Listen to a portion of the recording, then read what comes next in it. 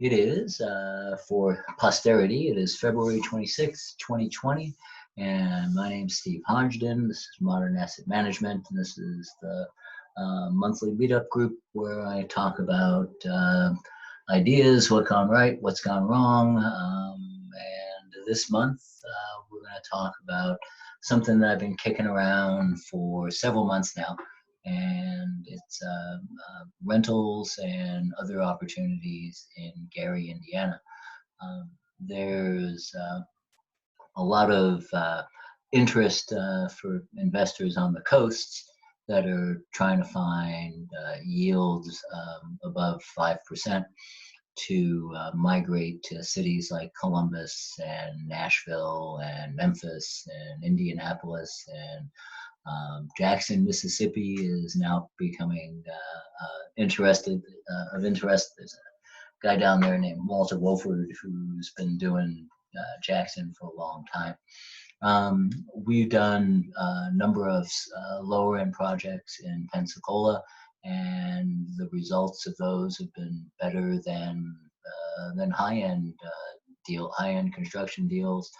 On a percentile basis, of course, not on an absolute dollar basis, but on a percentile basis, they've been good. So we've been active in small house real estate for now in our fourth year, after years of property management, collection agency ownership, commercial property ownership, and we're coming back to thinking we're going to come back to houses and try to use the lessons learned over the last several years, and try to make new mistakes, not old mistakes. Like I said, I want to thank. Now we've got 8 folks on the call. I think 7 or 8. I appreciate you being here. So let's dive into it. 4 years ago, I decided to be a note investor, and in that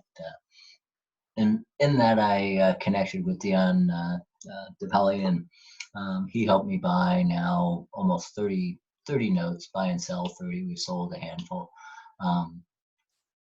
and what I've come to is I've come to now with 4 years of experience. I've come to trust him, and he's migrated back to his hometown, which is northwestern Indiana, and the cash flow opportunities there are in Gary. So let's walk through. So this is a conversation between me and Dion, and not Dion trying to sell me on doing this, but walking through some deal structure and how I could create some of this deal structure myself. I think the biggest lesson I learned is to not be as scattered as I was. At one point, I had properties in 12 states, and and that was done for risk mitigation, and I think I was just telling myself a story.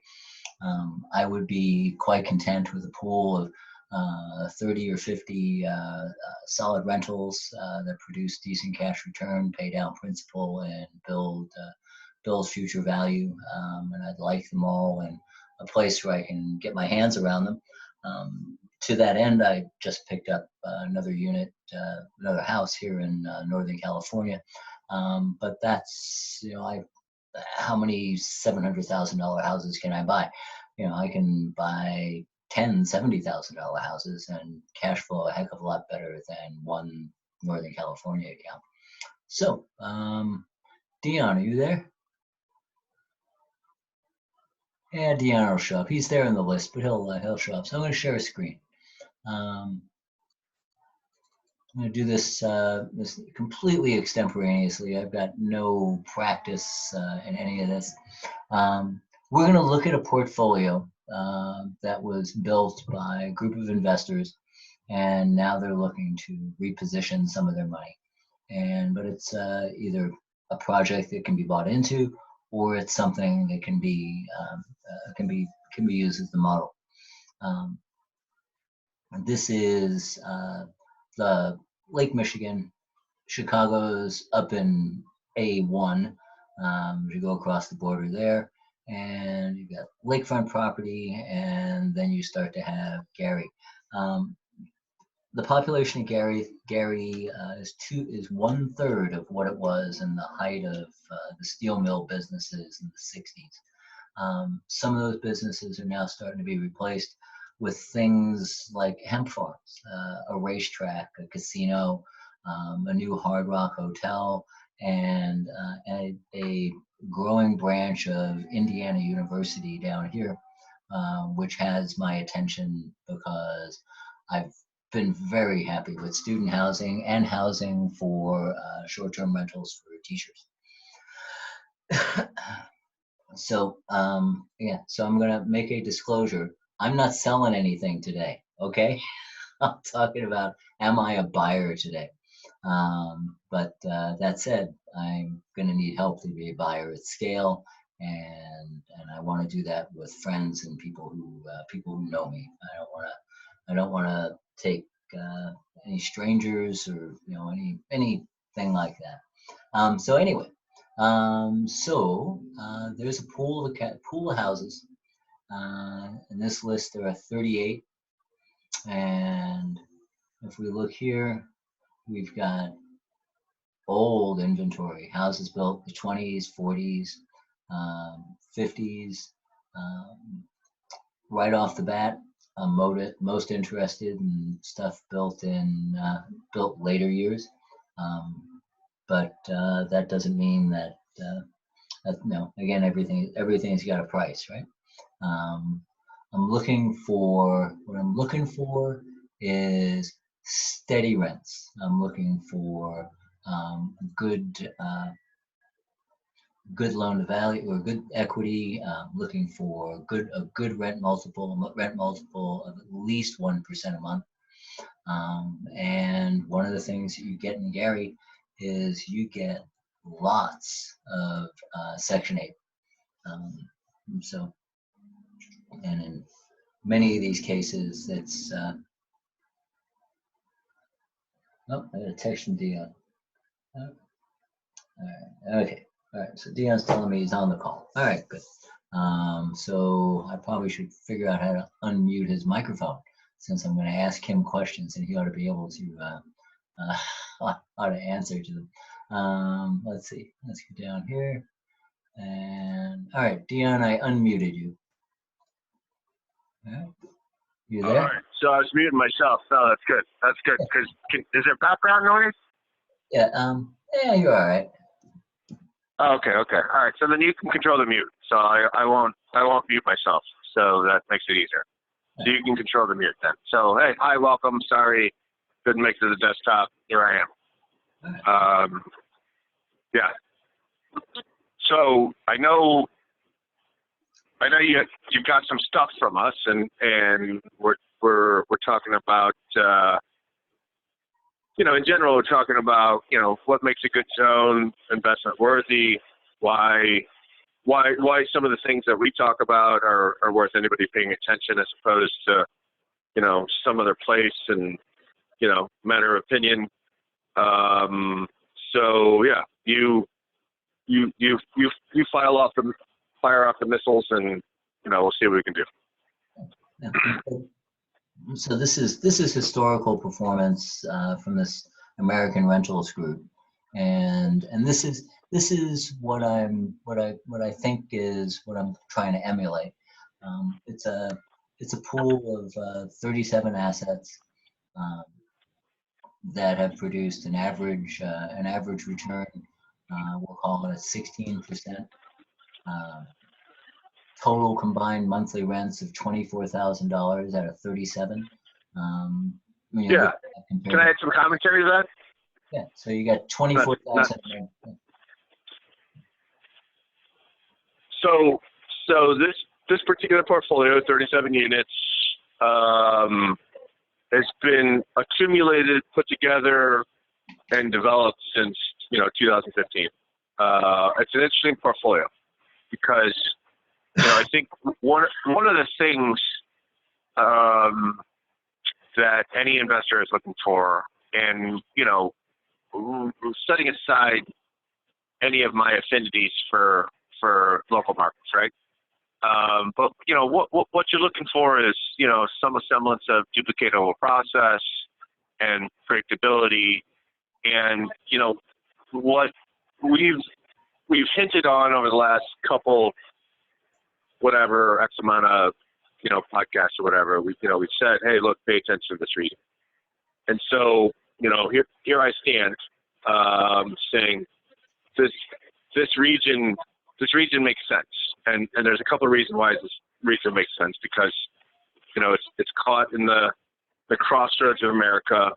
There's automotive arteries that are massive that go through the area. There's marine arteries that are massive that go through the area.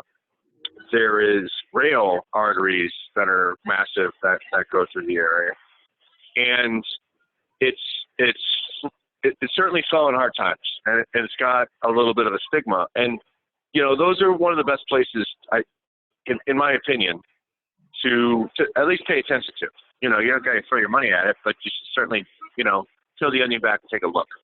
And so what makes this interesting is Northwest Indiana in general enjoys a lighter tax rate than our neighbor Illinois. We tend to be a little bit more favorably conservative than our neighbor to the east, Ohio. And so some of these conditions, both political, geographic, and a sort of municipal administrative, create a little bit of an environment that allows for investors to start to come in and cannibalize some inventory. That said, this isn't a geographical target that it's not Malibu, right? We're talking low bandwidth collateral. We're talking dealing with lower level collateral issues of tenancy and ownership and the things that go along with that, property blight. And so there's risk. There's certainly risk when you dip into this area. But what I would advocate is that risk can be mitigated, and there is an opportunity for those that are bold enough to storm those waters to realize returns that will otherwise outrun other, what you might refer to as medium markets, right? So you can go to a major metropolitan service area and you might be able to perform better or worse.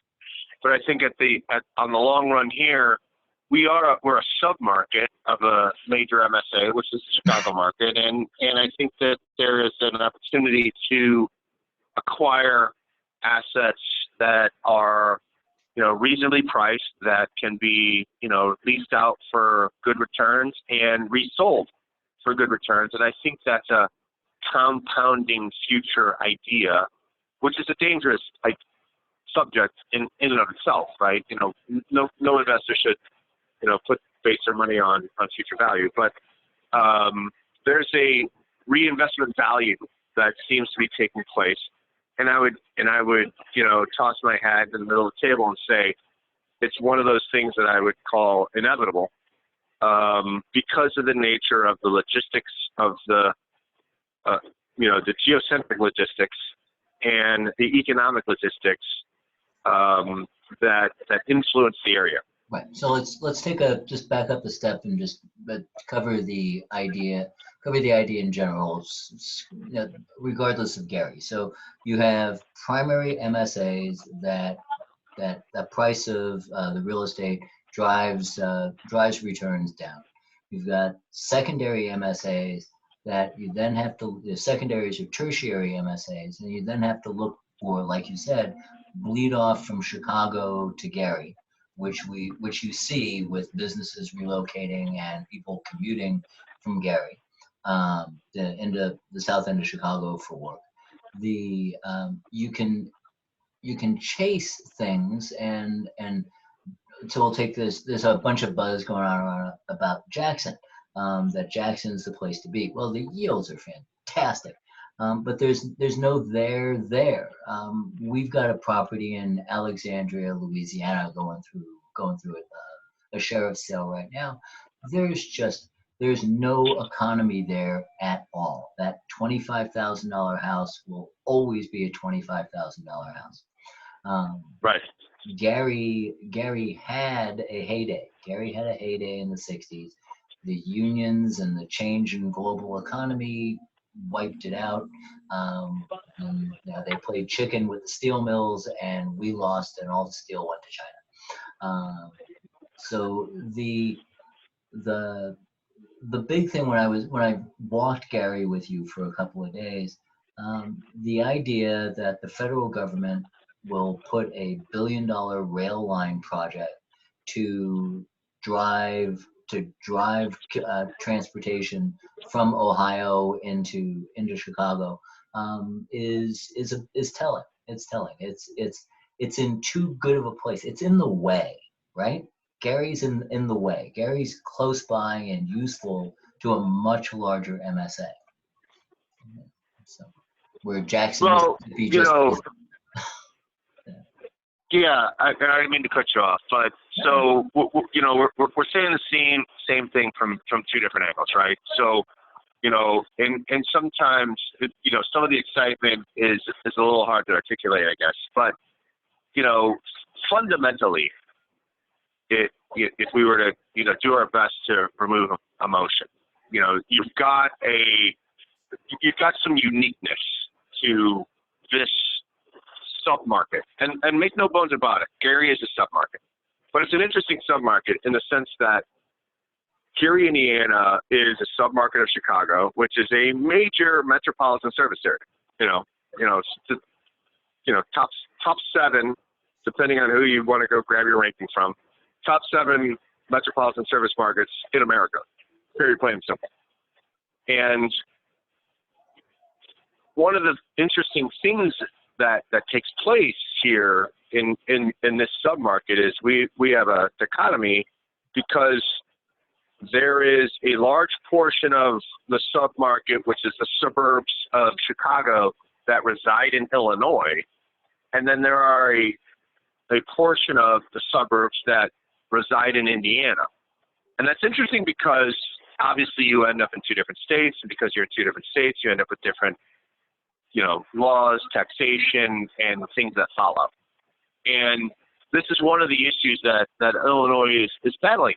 And we've talked on this, you know, in the past a little bit. You know, taxation in Illinois is far greater than it is in Indiana, and there is, you know, what seems to be a fair amount of flight from Illinois. That doesn't mean that Chicago loses its power. Chicago is still the metropolitan market, but the difference between living, you know, 30 or 45 minutes away in the same state and living 30 or 45 minutes away in a state that is a little bit more sympathetic in terms of economies is a big deal. And that becomes a big deal for, you know, low and middle class employees, and quite frankly, even upper class employees. But, you know, certainly you see some opportunities for that low and middle class sort of wage earner. Yeah. And we're seeing that. And Indiana is when you think of Indiana, it's exactly what you think. It's, you know, we're a lot of cornfields, and you got to get out and got to dig up a cornfield. You got to, you know, drop pipe and, you know, do a lot of development, spend a lot of dollars to create homes. And Gary's the largest. Gary was the 9th largest municipality in the state. At its height, it had 186,000 people. It's missing 120,000 people, plus or minus, right now. Which the takeaway from that means, look, you know, there's infrastructure in the ground. It doesn't have to be developed, and so that's ripe for the taking. Whereas if you wanted to tap into urban sprawl and sort of get ahead of that curve, you'd have to get out to where that infrastructure is missing. And that's that's development money's, if you want to be a developer and you're going to go make, 30, 35% return, great, because you're going to take all that risk. And there's a lot of risk in that. There's a lot of risk. You can't leverage that money. It's expensive. But when you skip over a municipality like you have with Gary, that infrastructure's there. Sewer, sanitary, and water is, there's sanitary and water is already in place. Storm's already in place. There's a municipal structure already in place. So you're not rebuilding any of that. You're not developing a city. You're, reinvesting in a city, and that's an important idea. And we've had these programs that have come up, opportunity zones, and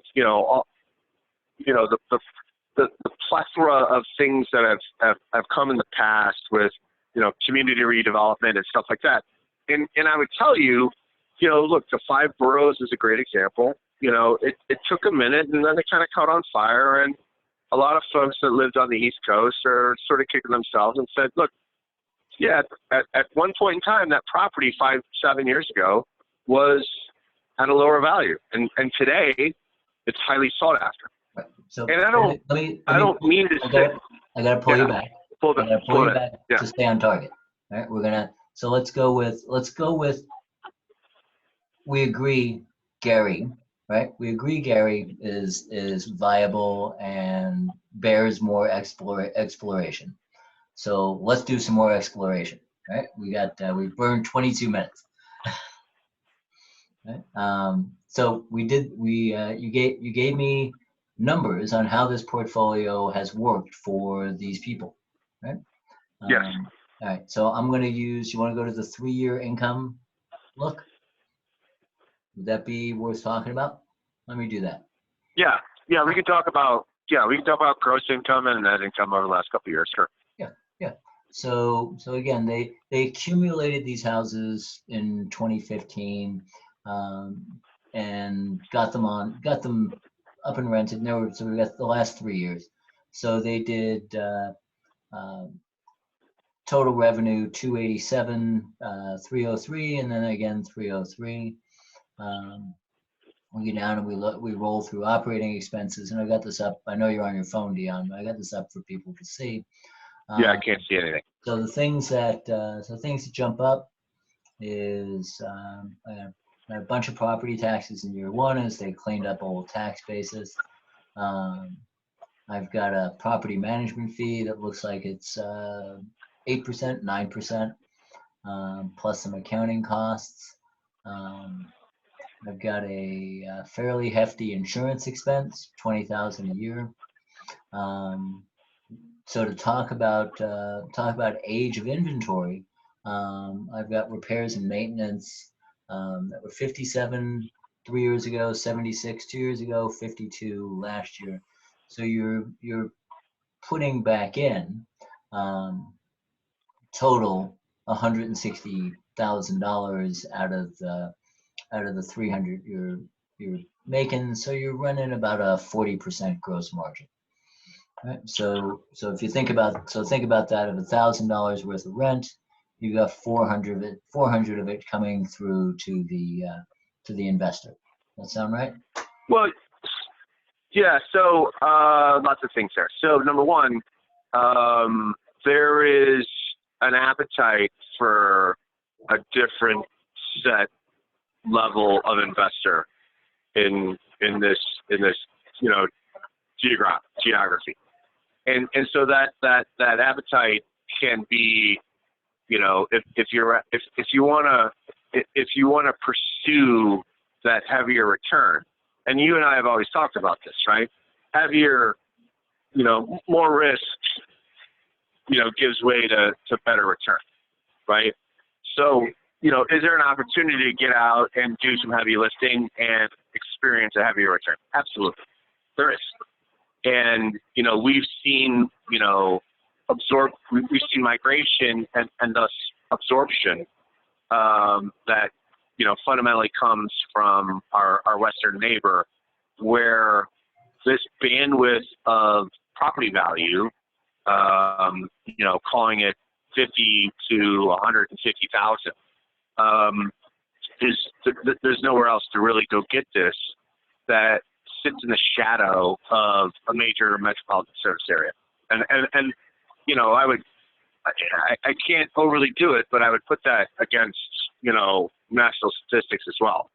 And so, you know, I'm a huge advocate of our area. You know, as you know, I've been invested in, you know, 45 different states. I've been around I've been around the market for a little bit. But so I think there's an opportunity for the guy who wants to take some risk. That said, there's an opportunity for the guy that doesn't want to take some risk, right?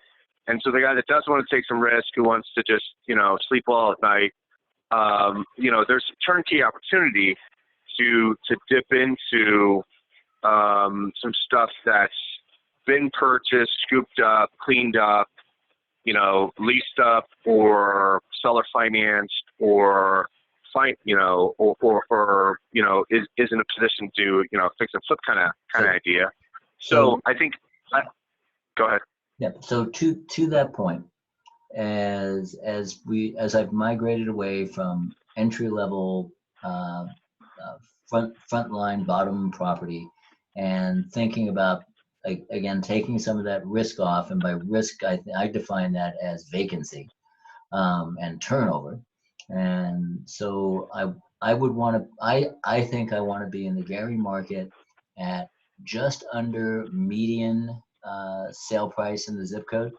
So if the average sale price in, we'll take Miller Beach, which is one of the sections that I'm interested in, which is right by the new train station, for those of us that haven't been to Gary. And by train station, this is a gigantic train station.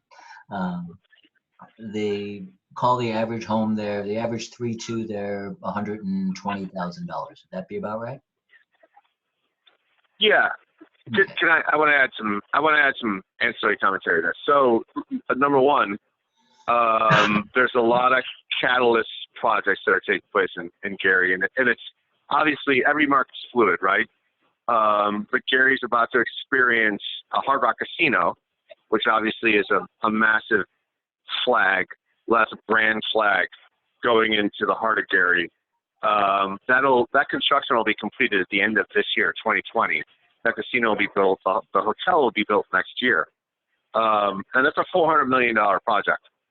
The area that you're speaking of, which Miller Beach, Etna area, is an interesting area because it is one of the last oases of residential real property that touches Lake Michigan in Northwest Indiana. And so when we talk about Northwest Indiana, you have to remember, you know, when I say Northwest Indiana, there's a difference there, because Northwest Indiana is a submarket of Chicago. It's not the same thing as Central, or continue to head east. So that area becomes, you know, and this is one of the things when I moved back home, because I grew up here. When I moved back home, and you know, I ran a significant sized fund, invested in a lot of different states, and seen a lot of, you know, distressed stuff. And when I went through the area, you know, one of the most interesting things here is this area did not fall in the devaluation that happened from the Great Recession. And one of the reasons that he didn't do that is because British Petroleum put up a $15 billion, oil sands plant that kept the area alive. And so, you know, value loss here was, you know, plus or minus, you know, 5-6%, which is very interesting. And the blue collar worker here, you know, the skilled blue collar worker in the area, you know, because it's a union state, the blue collar worker here makes a pretty solid income. And so that propped up the economy, and that propping up the economy actually contributed to urban sprawl into what would otherwise be, you know, very, very rural environments. And what happened is, as those dollars went into that rural environment, they skipped over this very suburban environment, which has an infrastructure that's in place. Even if it's in disrepair, there's still an infrastructure that's in place. There's still a city. And a lot of people don't realize this. When Gary is a 9 zip code city. And so when you look at its neighbors, they're each 1 zip code. And so, Gary's massive. Gary is half the size of the entire county. And it has the population of less than half of the county, right? And so that's the interesting part of it. There's opportunity there because there is an infrastructure, and you literally can't get closer to transit, public transportation. Like, as you mentioned, the South Shore line is going through a $1.2 billion expansion. Hard Rock Casino is coming into Gary. There's other catalytic investments that are taking place for employment in terms of industry. And the Midwest tends to be that place where you see, industrial investment. We're big in steel mills. We're big in, distribution. It's called the armpit of America because, there's a lot of crossroads for, roadway arteries and so on and so forth. But we have maritime arteries, we have roadway arteries, and we have rail arteries that all intersect in this area. And so it's one of those things that I look at and I say, it's not really a complicated math equation. It's really just a matter of holy cow, it's about to happen. It's a minute from now, right? And this is the path of progress thing that we're taught to look for. So let's go with okay, all right. So it's now we know why Gary. I popped up a screen which is a 4-year P&L breakdown, and for those folks that are looking online, from left to right is the most current year, and this portfolio returned a net income before debt service 45% last year, 53% the year before. If I look to build a similar kind of model, like you said, there's the more heavy lifting you do, the more likely you're going to have a bigger return, but again with more risk because you're taking on older, more damaged assets. And like I said, we got looking at Miller Beach, and and I saw homes that I saw lots of homes I'd live in, right? And well, look, I mean, Steve, you and I both know this, right? So by the time the message gets out, you have to be careful that you're not the last one to hear it, right? So, there's an interesting idea there that, 10 years ago, you could have been the guy that, grabbed the cheap property and improved the property for less and, sat with a pretty comfortable, low-level cost basis and done pretty well. That said, that market, the market of what you would want to take that risk on is fleeting, very fleeting. The city's missing 120,000 residents. Right. So think about that. So, we're talking about, 90,000 pieces of property where more than half of the city is, subject to or already demolished. And so you have to be careful that you just don't go charge ahead into, the great unknown. And so the interesting part about that is, look, this particular, and by the way, we are the licensee for the property manager here, which is West Hill Management. They do a great job. And they built this portfolio. 2015 was a long time ago, and a lot of things have changed. And so, I wouldn't want to express to any viewer or listener that, look at that number and this is what you're going to expect, because you'd be naive. That'd be naive and extremely risky. Mm-hmm. The market's completely changed, today's day and age, you know, what you want is, you know, I think more investors want to, as you always say, you know, sleep well with your money. You know, you want to dump your money in, you want to maximize your return, but you also want to mitigate your risk. And so how do you do that? You know, and I think what, you know, and you and I and Antoine, you know, that's the owner of West Hill, which is, you know, our PM arm, you know, we are continually running through new iterations on how to manipulate and manage that sort of a program.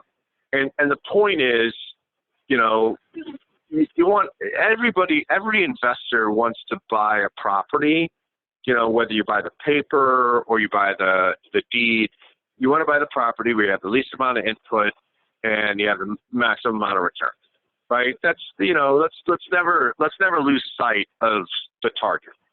And so, you know, it's romantic to say we're going to develop a neighborhood in a city for the sake of developing a neighborhood in the city. But at the end of the day, dollars have to drive us forward. And so I think that there's still an opportunity, although it's fleeting, but I think there's an opportunity to sort of start to pick some of that stuff off. And as you know, we've also started to put together some new construction programs when that bill runs out. And so, you know, it looks a little bit along the lines of, Mr. Investor, what's your risk appetite and what's your investment horizon? And from there, I think, you know, it's not a one size fits all. It never is.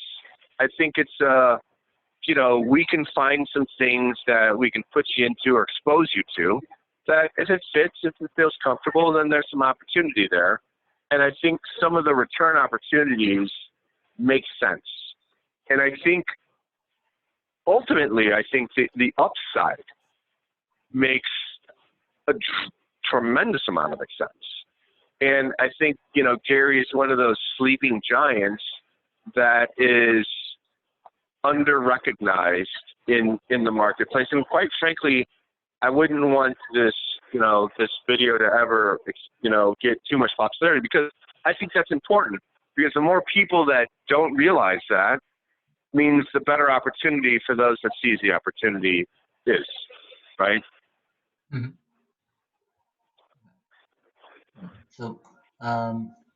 So if we use you know, the most folks, and I'm, you know, one of them, you know, I look to, you know, I get torn, and, you know, I want everything, right? I want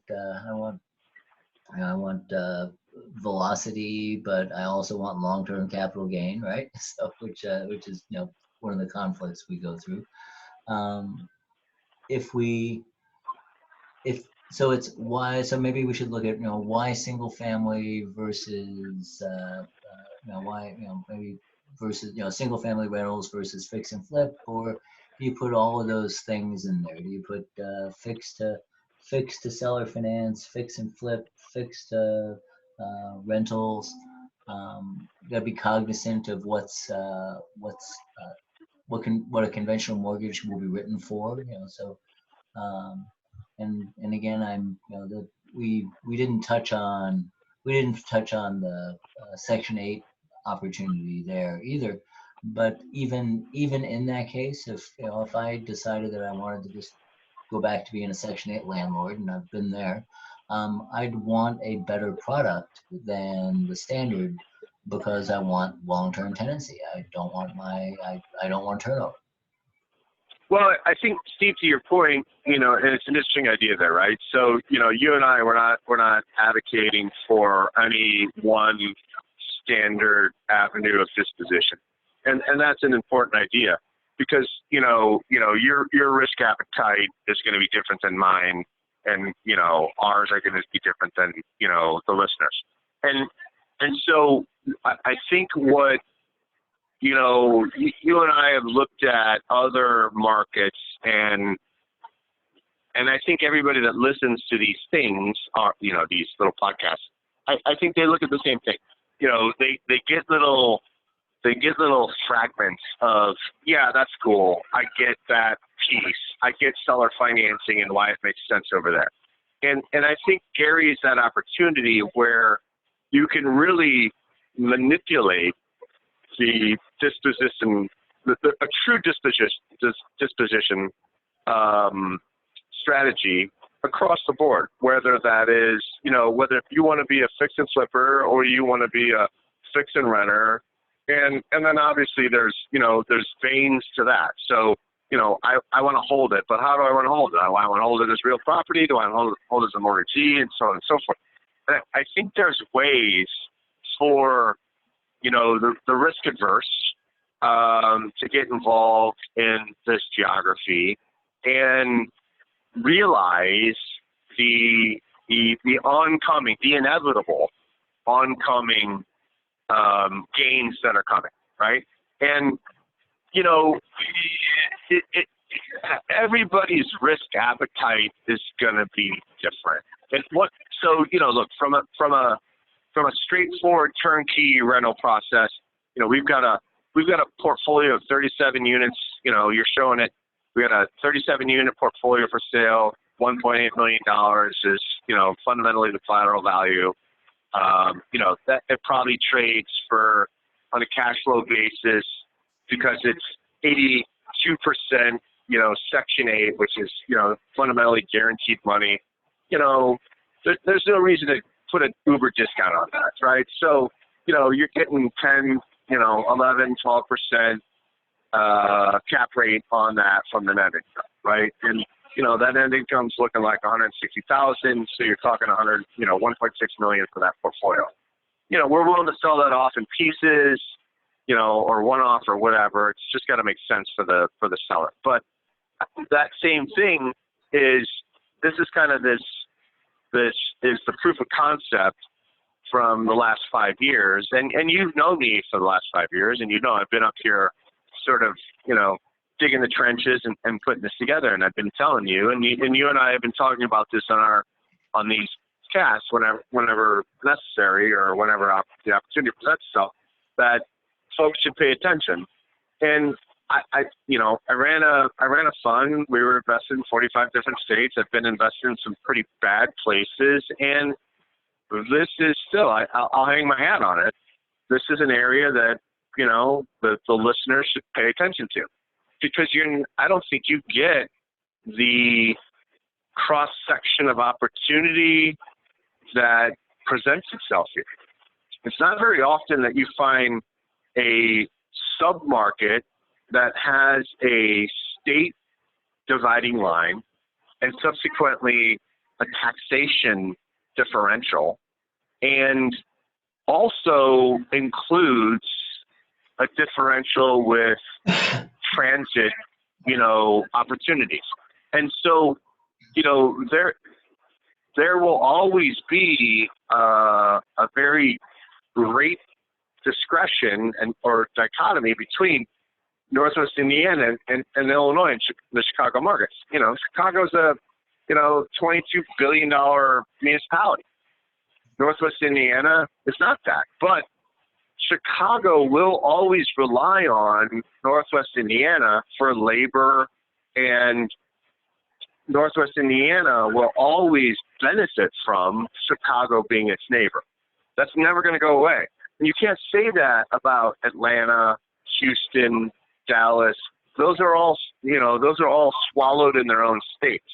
And that's an important idea, because you can't manipulate that differential.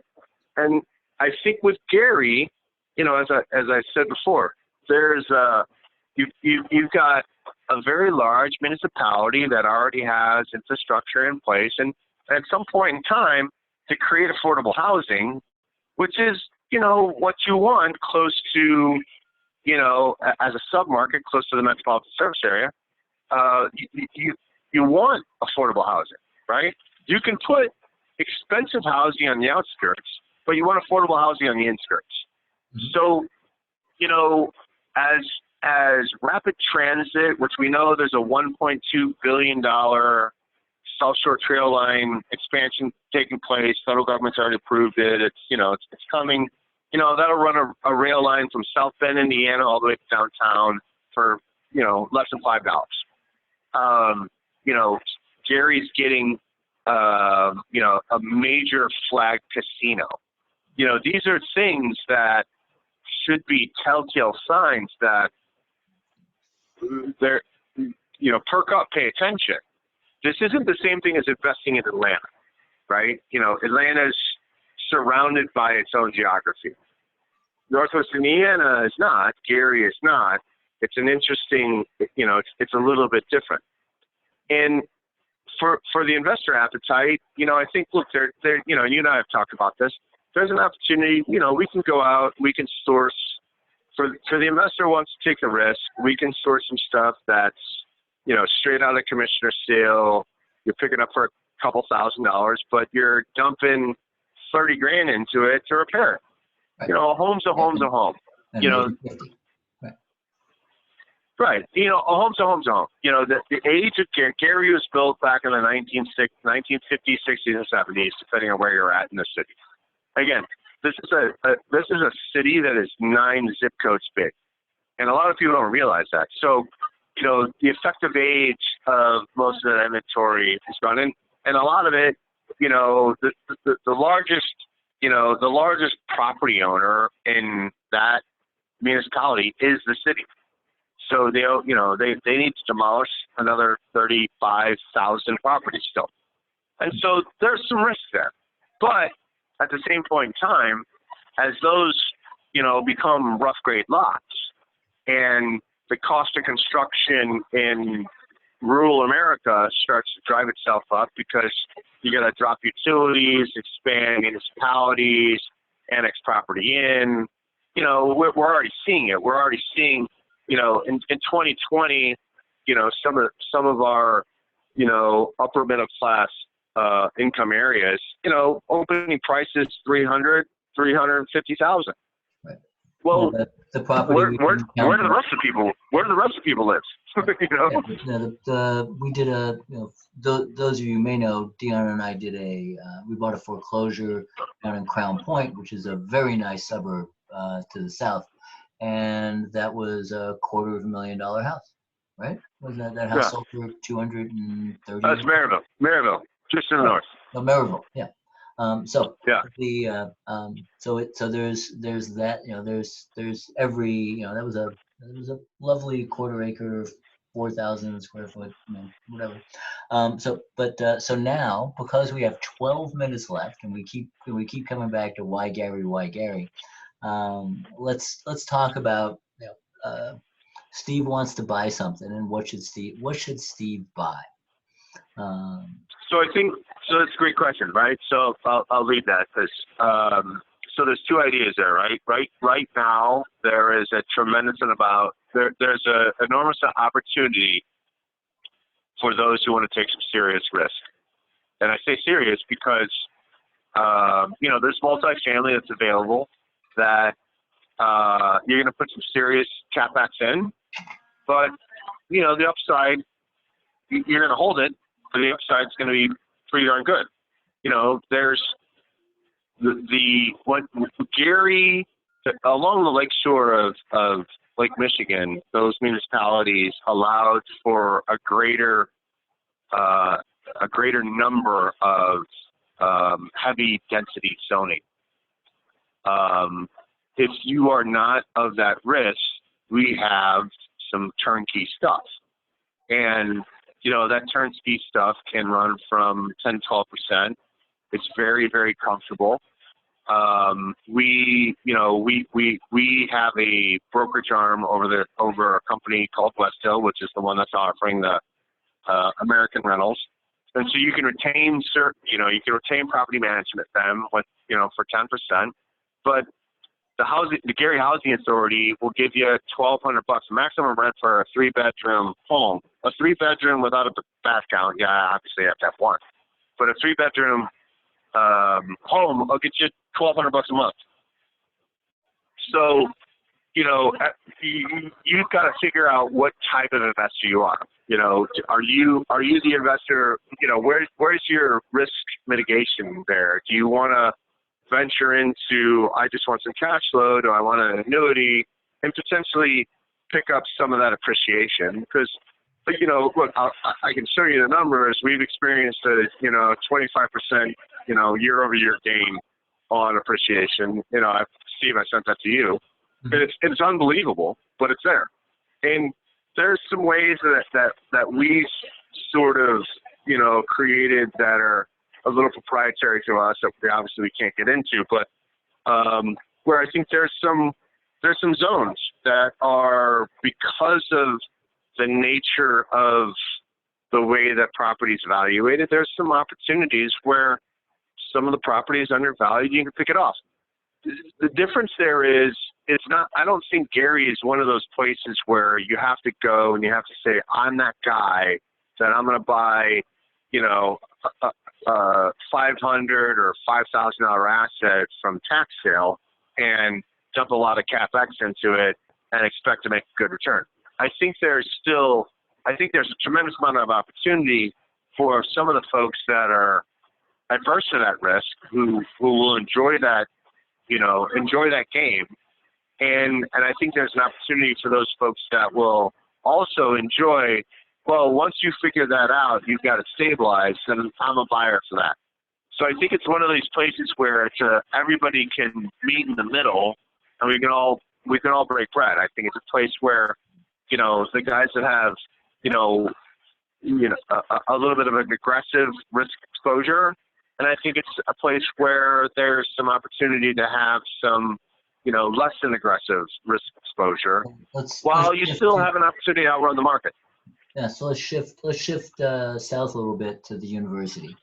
In our 8 minutes left, by the way. So south to the university, you've got a growing public school there, and there is a fair amount of it is commuter, but I believe there's a growing segment of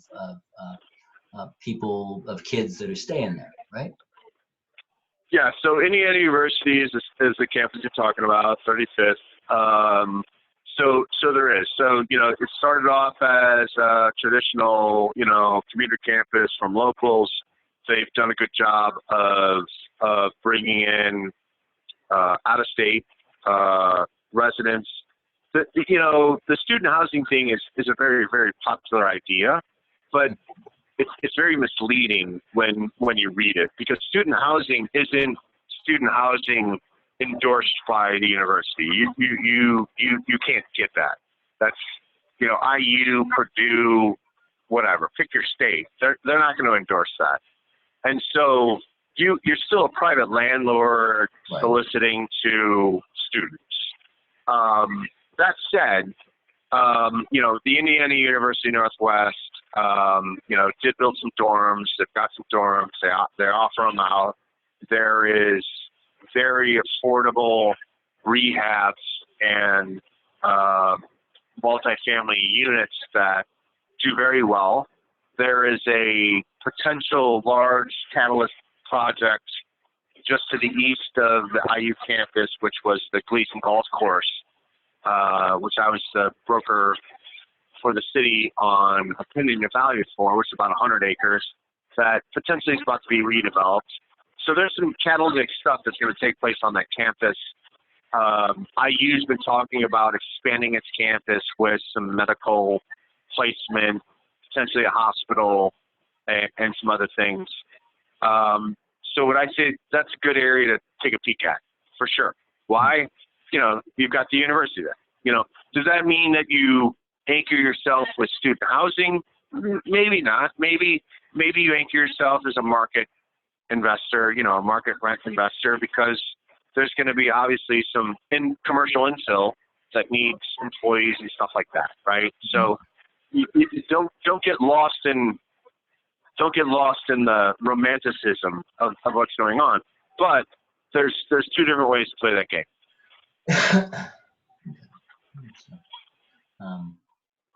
We talked about the biggest renter being the government, right? That it's the Who? section 8 the government, the section 8 play, Housing authority. Housing. right? Yeah. Housing authority. So is there a backlog? Is there a waiting list? So I can tell you that I can't speak to the backlog of the housing authority, but I can tell you that West Hill, which is our property management arm, which is open for contract, whether you buy a property from us or not. But we get about 300 applicants a month. And by the way, our occupancy is in the 90s.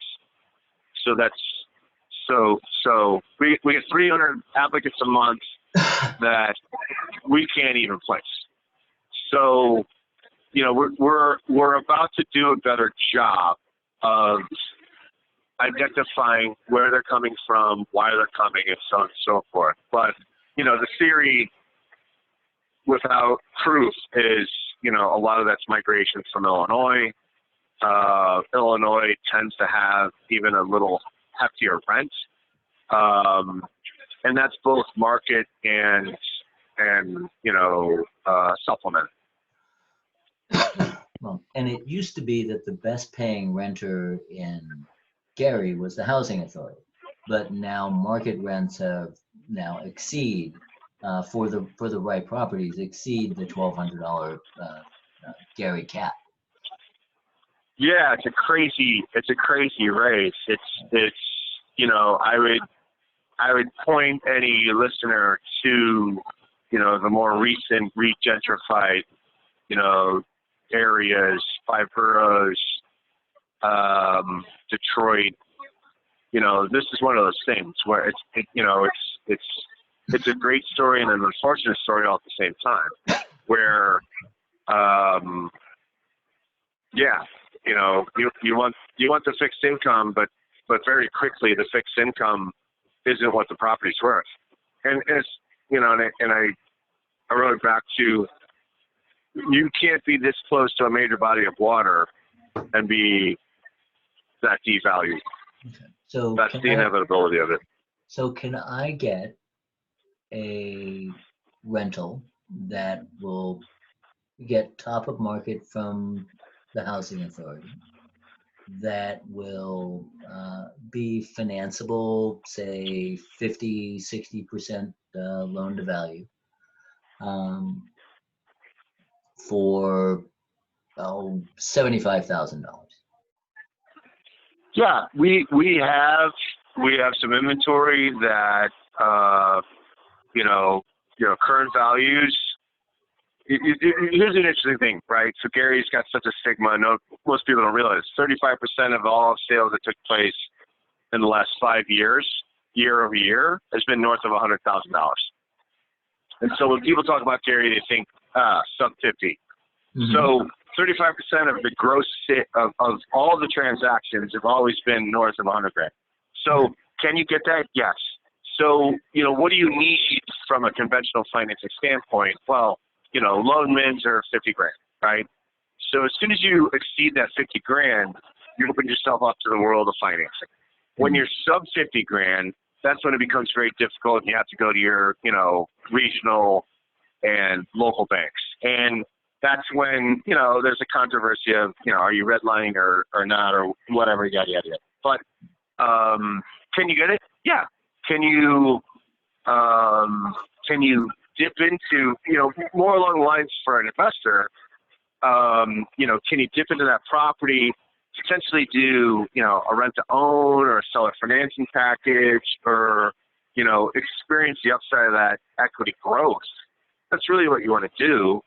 Let's be honest, we're all on the phone to talk about, being a wise investor. And what you want to do is, mitigate your risks and experience the gain.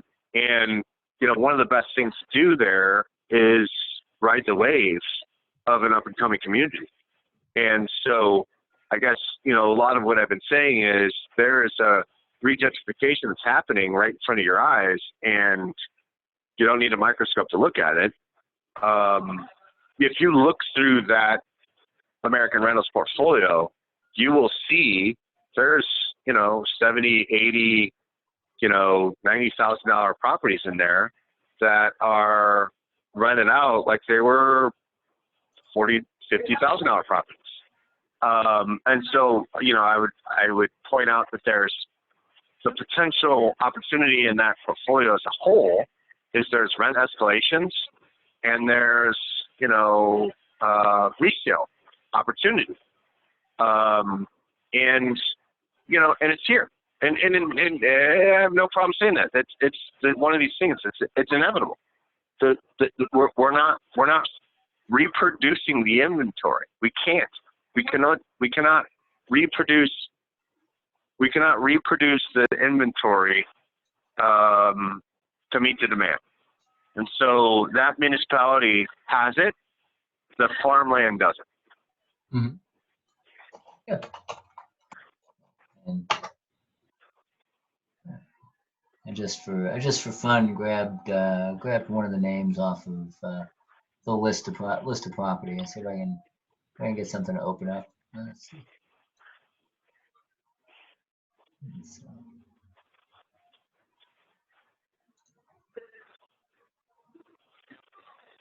I'm not gonna lie. This is the best I've ever done without looking at my screen. yeah, and this is well, and this now we know how to gotta keep you at least a little bit on track. All right, let me let's see.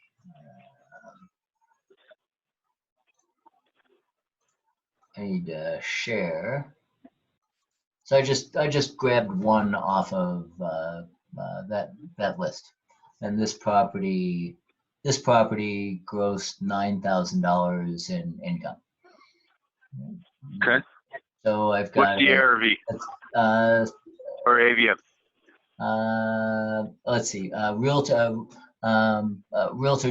says it's a $48,000 house. So it's a $48,000 house making $9,000. Yeah, making $9,000, right? So I mean, can we pause there? Yeah. Can we just pause there? Can we pause there and reflect on that number? Yeah. So I'll tell you what we're looking at. We're looking at a 1920s brick craftsmanish kind of home. It's got newer windows, detached garage. Place next door is ugly. Place down the street is even worse. But here, let me go. I'm not used to using Realtor. I'm just using. Well, look, Steve. You know, you and I, we spend a lot of time saying, hey, you know, we're just a couple of guys talking about our ideas, right? Yeah. And you know, I'll reemphasize. So, you know, I'm the leader of this idea, and you know, I'll promote it one more time. If you're the person that's listening, pay attention to that number, because that's exactly what we're talking about. Yeah. You know, there's an opportunity. It doesn't mean that that's the opportunity for everyone, and it doesn't mean that opportunity it doesn't mitigate the risk appetite for everyone, because we get lost in minutia there, right? You know, your risk appetite and my risk appetite are two different things. Mm-hmm. I'm comfortable with, you know, hairy stuff. You're comfortable with hairy stuff, and we both met in the middle and said, "Wow, that thing was, you know, a gigantic bomb."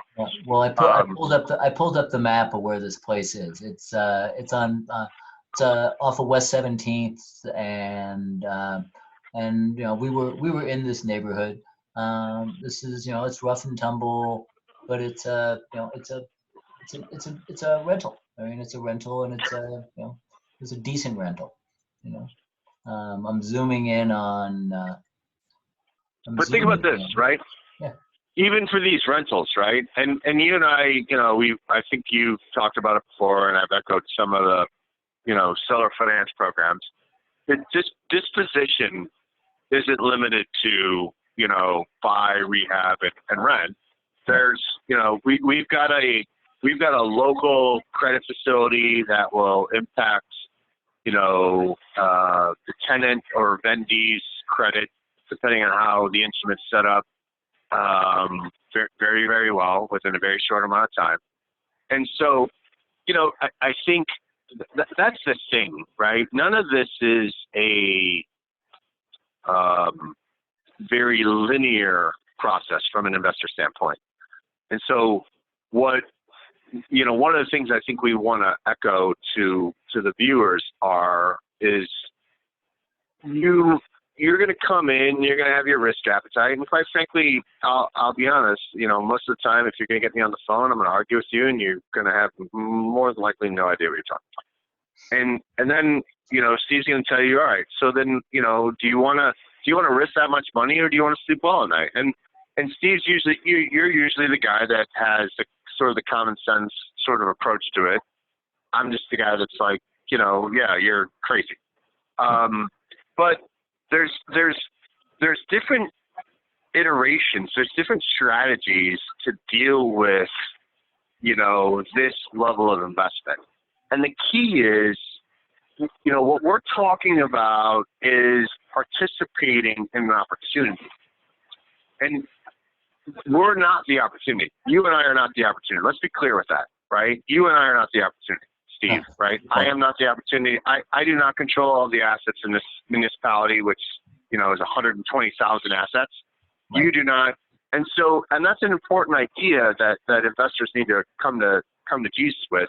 And so can we direct them? Can we help them? Can we participate with them? Can we do all of those things? Yes. That's what we're here talking about. So if you're that guy, call us. But if you just want to go, carve your way with a machete through the jungle, go for it. Mm-hmm. Cool. When you need us, call us. But if you're the guy that's figuring out that your machete's not that sharp, yeah, and you might need some help, then hey, look, then maybe we have some ideas. And it doesn't make us experts, because this is investing. You know this, right? You're super duper unsecured, debt collector, which is, still blows my mind. Look, there's no guarantees. The only thing that we're out to do as an investment group is to mitigate our risk and maximize our returns. And that's an important distinction that we get away from talking heads with, is because you and we're not talking about, wow, that's worth 10%. We're not talking about what it's worth. What we're talking about is mitigating our risk and maximizing our returns. And so the key features of that is understand what your risk is and understand what you're mitigating, so that you can potentially realize a return that you're comfortable with, whatever that number may be. And Steve, you may go to sleep at night with 10, and I may go to sleep at night with 9. Is that fair to say? Right.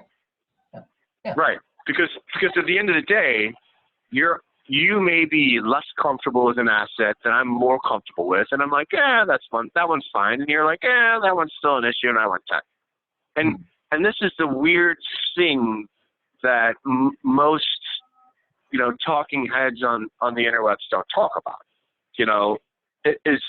Return is a function of opinion. There's no real number, right? Right. What do what I want for a non-performing loan or a performing loan is a different number than what you want. And you and I, we actually battle about this. No one ever hears it, but we battle about this behind the curtains, and all the time. Yeah, and but it's a very interesting dialogue. But the rest of the world never hears about that, and it's interesting that they should. And so when you start talking about the asset class of real property, the same thing starts to fall into place. The same thing says, hey, look, it's not about what it is. It's about my CapEx, my risk, and what's my return. Mm-hmm. And so it brings me back to my ever lovely marriage of a statement, right? Don't get married to your asset, get married to your return. Mm-hmm. What are we doing?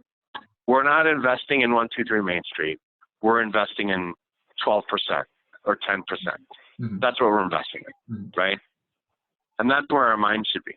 Can I realize 10 or 12 here? Is that a GE stock? Is that a Tesla, new offering, or is that a 123 Main Street, mortgage or land contract or, whatever? And that's what we're asking. And a lot of times we get the internet and the interwebs romanticize us into these other things that we think we're so involved with that we lose track of what's important. We're not married to the asset. Yeah. Do you care? It's nice to care about, it's nice to be romantic about the geocentric opportunity, but the geocentric opportunity is just a place to put your focus because that's where the opportunity is to exploit your capital. But we're not all going to save the cheerleader and save the world. Right. And so chasing return, looking to make sure that we mitigate as much risk as possible. And I've come to the belief that Gary is finally bounced off the bottom. Population is stabilized and is increasing. Like you said, there's the city is still demolishing these old homes, which just makes supply tighter and tighter.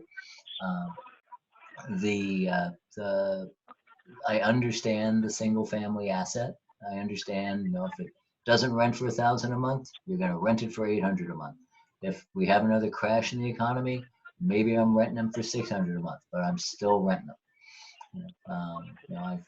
And spreading money across 10 or 12 of these gives me some juice with a property manager. It gives me expertise in the area that when I need a contractor, when I need a heating guy, the heating guy will actually go take care of it because he gets enough business from me. And it's and it's not going to be a market that's gonna this $75,000 home is not going to turn into a $150,000 home like things did here in California, but it's also not going to go become a $10,000 home either. If you buy good bones, if you buy good bones, it'll be okay. I don't mean to cut you off, but so I did. However, but there's an interesting point there.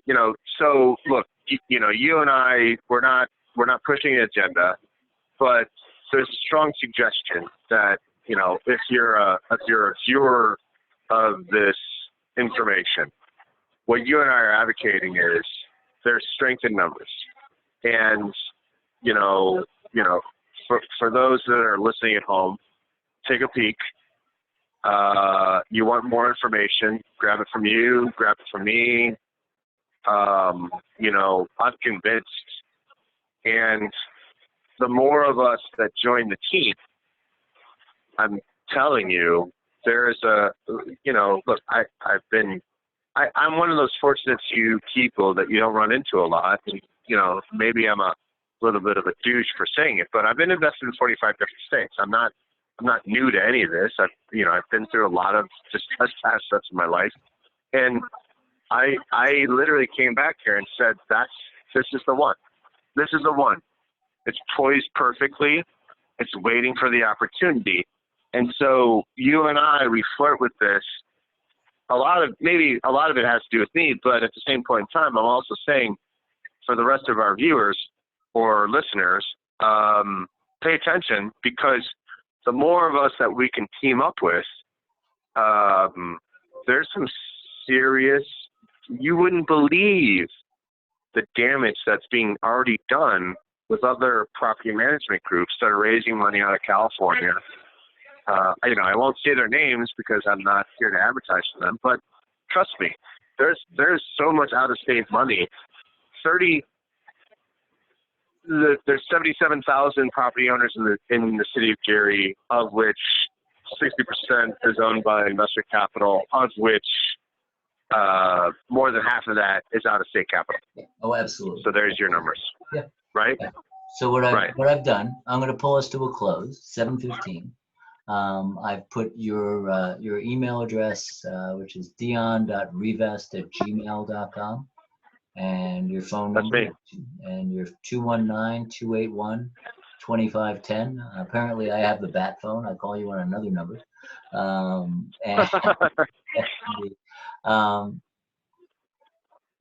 I put things like this out to spur dialogue and have people tell me, no, don't do it. Uh, or to say, I want to play along, right? And, and we've said, I came out months ago and we looked at all kinds of different types of options. And I think we start with the good old fashioned general, you know, uh, approach of, let's go get some rentals. Um, I think my number is three.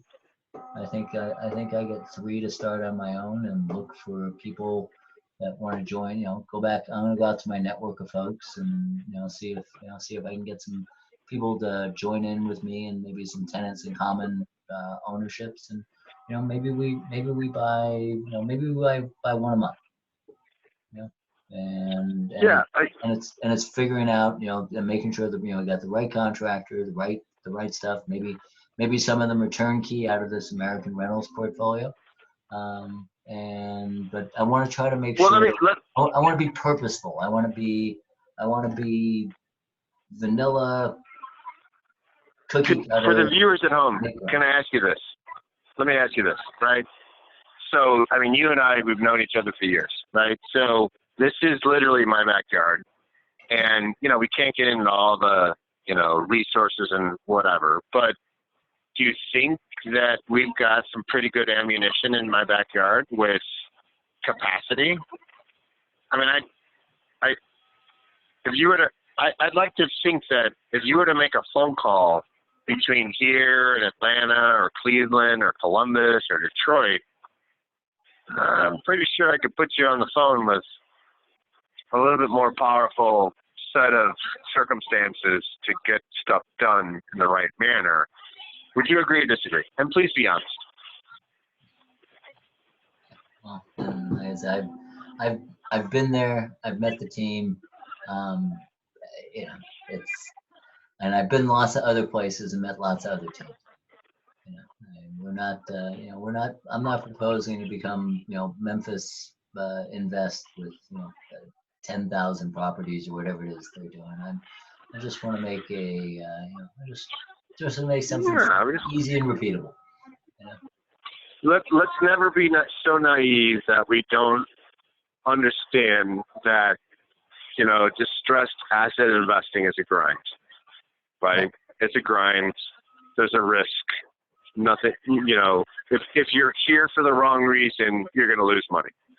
Yep. There's a grind. Understand the risk. If you understand the risk, then participate. If you don't, then this isn't the asset class for you. Yeah. It's really that simple, right? But the rewards, we're looking at it because, you're used to the grind. You're used to the distress. It's a comfortable state of being. But, other people are going to want to go home and make sure that they get their, 8% or 10%. If that's you, this may not be for you. But if you want to take some risk and make no bones about it, there's some serious risk in what we're talking about. Either works or it doesn't. We're not advocates and there's no guarantees. But if you want to do it, we've spent a lot of time. You and I we spent a lot of time together. We've got some tools and resources put together, and that's it. Best foot forward. That's the only thing we can do. Can't make any guarantees. We can put our best foot forward. Yep. All right, let's bring it to a close. I just sent you then forward you an email about another topic. All right, given the way we typically are, we only went 20 minutes over. Not bad. Right. Yeah, it's not bad. All right, so folks, tell me what you think.